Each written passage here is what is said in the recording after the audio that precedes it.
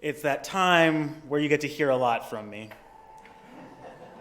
Some of us call it sermon time. I call it a wonderful conversation starter. And so I'll admit that in preparing for this sermon, I stumbled into a theological messiness that I neither predicted nor adequately prepared for. And I should have expected some tension as I tried to mine a singularly coherent wisdom duly located in Christianity and in Buddhism. But I did not. And this is where we find ourselves this morning as I try to preach the inherent conflicts between the two and the wisdom that is in both of them. The wisdom we're going to talk about today is that of letting go and letting God, as well as the practice of non-detachment. And I pray that we find a workable meaning together. We'll find out at the end, won't we? So let go and let God is a phrase that comes to us from Keswick theology, which originated in England in the mid-19th century. Early Keswick theology and its contemporary expressions encourage Christians to know the will of God by practicing total surrender to the divine. This form of surrender is called passivity, rightly so. And it allows practitioners to rest in the spirit of the divine and to be carried along by divine will. Now, interestingly enough, critiques of passivity come most strongly from evangelical Christian thought. And in that branch of thought, Canadian Christian theologian James N.L. Packer, J.I. Packer, offers an analysis. In the 2005 republication of his 1984 work, Keep in Step with the Spirit, Finding Fullness in Our Walk with God, Packer writes, "The point is plain. Passivity, which quietists think liberates the spirit, actually resists and quenches him. Souls that cultivate passivity do not thrive, but waste away. The Christian's motto should not be, let go and let God, but trust God and get going." The other primary critique of let go and let God is that the statement is not grounded in the writings of Christian Bible and therefore not a sound basis for Christian doctrine. So with all of this in mind, trust God and get going, as Packer puts it, is what I thought let go and let God meant. That by trusting the divine, which I define as trusting the experiences that draw us together for justice. Trusting the divine is trusting the experiences which draw us together for justice. And by moving forward out of this space of justice, we lessen our burdens and commit to a future united in community. And so the practice of non-attachment, which some philosophies also call detachment, I'm making a distinction here. Sometimes you'll hear non-attachment and detachment used similarly. If you're in a tradition or a philosophy that calls them the same thing, let them be the same thing. I make a distinction in this sermon. It holds a similar insight for us about trust. So while non-attachment finds its roots in many of the spiritual traditions originating in Asia and in the subcontinent of India, my awareness of non-attachment comes from Buddhism. And non-attachment presents a third pathway from either attachment or detachment. Because Buddhism conceives of attachment to outcomes. That's important. We're talking about attachment to outcomes, not necessarily attachment to things. That's a different form of attachment that Buddhism also deals with. That attachment to outcomes is something to be avoided because it keeps us concerned with earthly issues, which can prevent us from reaching spiritual enlightenment. And especially when we're attached to outcomes we cannot control, such as the progression of someone's illness, how much someone respects us or shows us respect, or our emotional responses to a given situation, then the failure of those outcomes to live up to our expectations, that can cause suffering. The flip side of attachment is detachment, which can cause some similar suffering because when we fail to prepare emotionally or physically for an outcome that is likely, the recognition that we could have done something to be more prepared can be quite severe. So, non-attachment to outcomes is the realization that we cannot control our outcomes, and since we cannot control our outcomes, our responses to those outcomes don't necessarily have to reflect the outcome itself. Does that make sense? So if something sad happens, I don't have to be sad that it happened. It gives us space. And so when we practice this non-attachment to outcomes, we can give ourselves necessary space when we're confronted with adversity. We can replenish our reserves when we spark joy.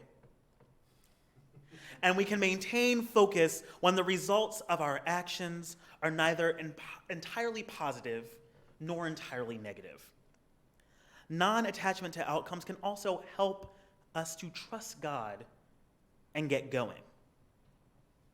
In a similar way, non-attachment can also help us focus on the most foundational element of being in community, and that is trust itself.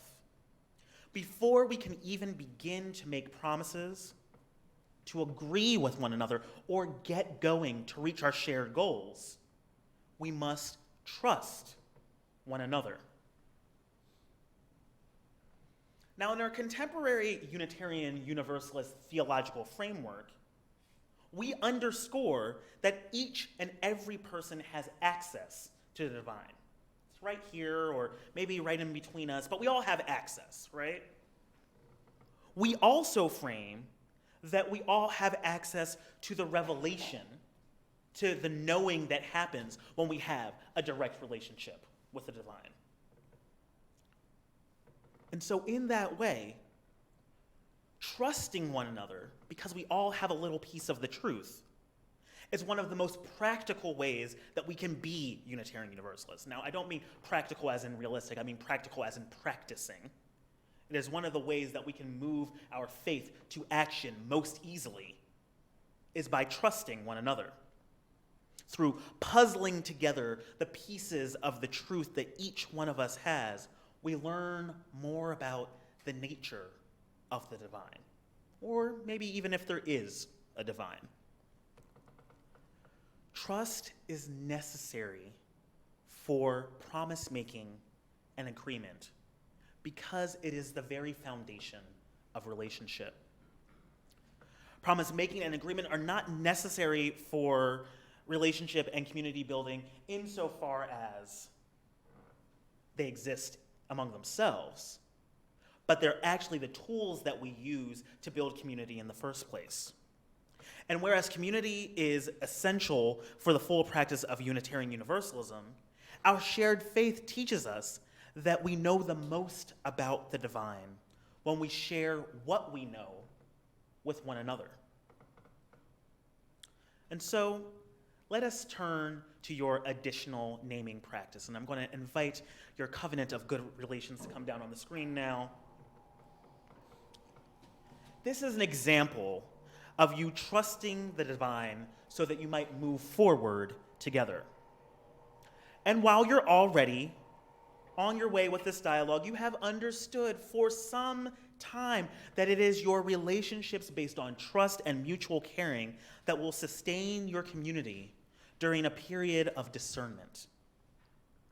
In your covenant, you have clarified your shared values thus, and I paraphrase, it's in full measure up here.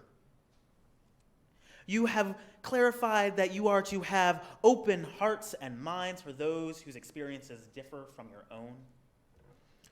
That you are a community that engages in deep listening and respect for all to share their truth respectfully. You share as a value the gifts of being in multi-generational community, as well as of making decisions together. And you have made these following promises to one another, again, paraphrasing, not in its entirety. to speak honestly and directly to the persons with whom you have a concern, using thoughtful, compassionate language, to forgive the errors and shortcomings of yourself and others as we contribute to our shared ministry and express gratitude for the many gifts we bring. You have promised to listen deeply to and actively seek resolution with those concerned when you are in conflict. You have promised to expect divergent beliefs and opinions and persist in respectful dialogue, especially in times of uncertainty, remaining open to new understandings while doing your part to sustain this covenant. And this next part's an important one.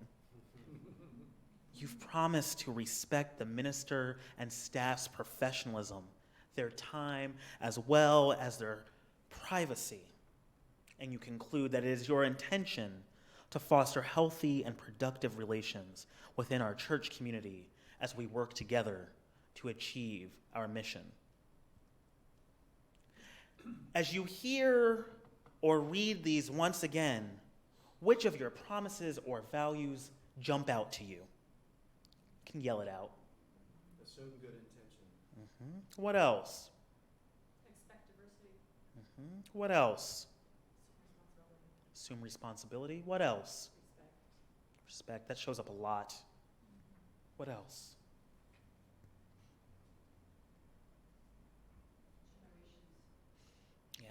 Yes, the work we do is not for us alone.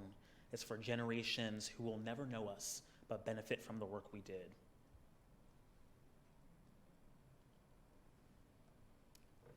These values and promises are what you have said help you trust that each one of you is making decisions faithfully. That on this foundation, you can trust the divine and get going toward your shared goals. With these values and promises, you have already laid the groundwork for non-attachment to outcomes.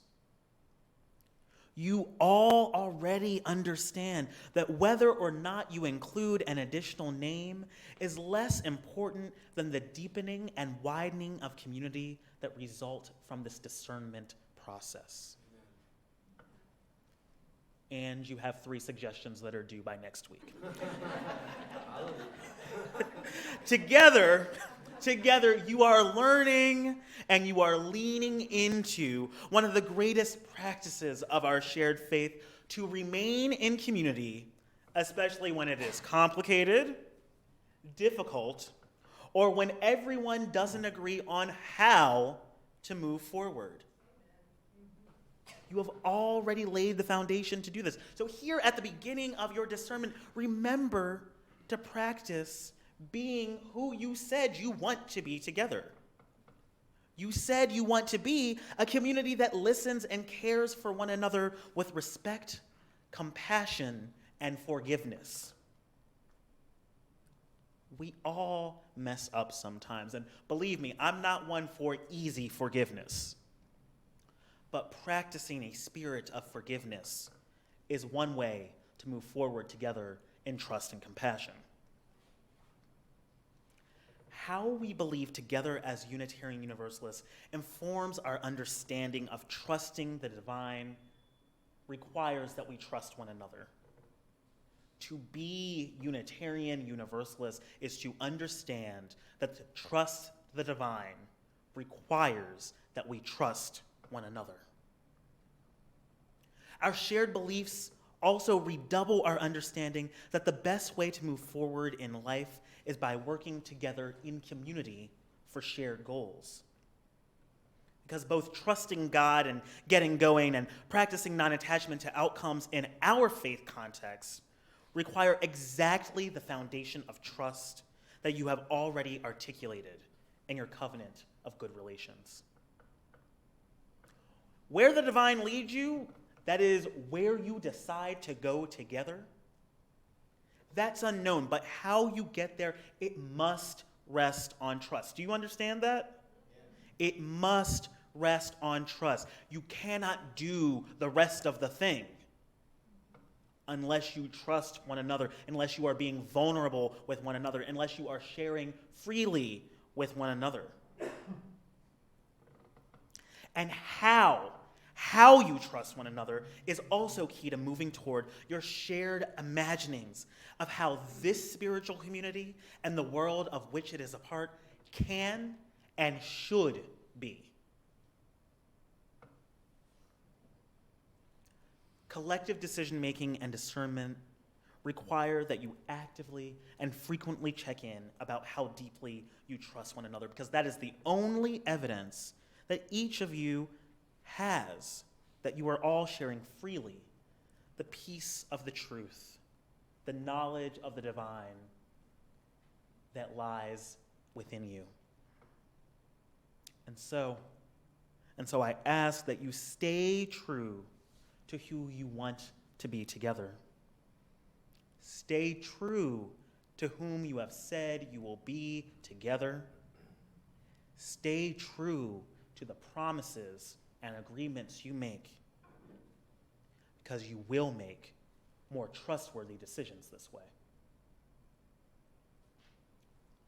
Amen, and blessed be.